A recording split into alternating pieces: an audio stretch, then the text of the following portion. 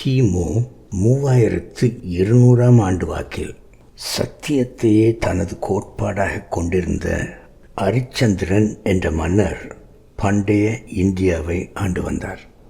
அவர் தனது வாழ்வில் சந்தித்த பல கொடூரமான இன்னல்களுக்கு மத்தியிலும் கொள்கை தவறாதவராக இருந்ததால் அவர் மக்களின் அன்புக்கு உரியவராக இருந்தார், இன்னமும் இருக்கிறார்.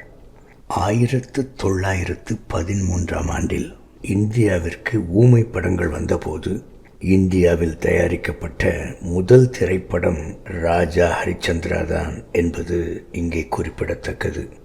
இதில் ஹரி என்றால் கடவுள் என்றும் சந்திரன் என்றால் நிலவு என்றும் பொருள்படும். ஹரிச்சந்திரன் என்ற இந்த பட்ட பெயர் கடவுளை சூரியனாகவும் இந்த நீதி உள்ள அரசனை தனது வாழ்வில் கடவுளை பிரதிபலித்த சந்திரனாகவும் உருவகப்படுத்துகிறது. இருப்பினும் பட்டப்பெயர்கள் என்பது சாத்தானுக்கு இனிப்பு சாப்பிட்ட மாதிரி.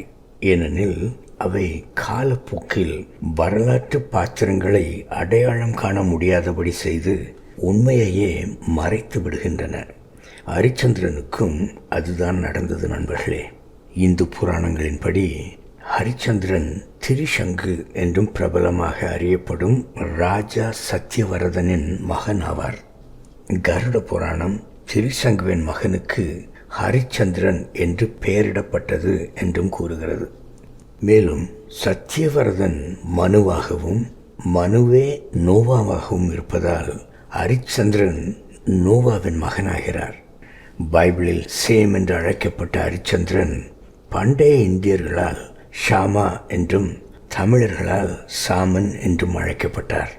அவர்தான் பண்டைய இந்தியாவை நிறுவிய பாரத மகாராஜா நண்பர்களே.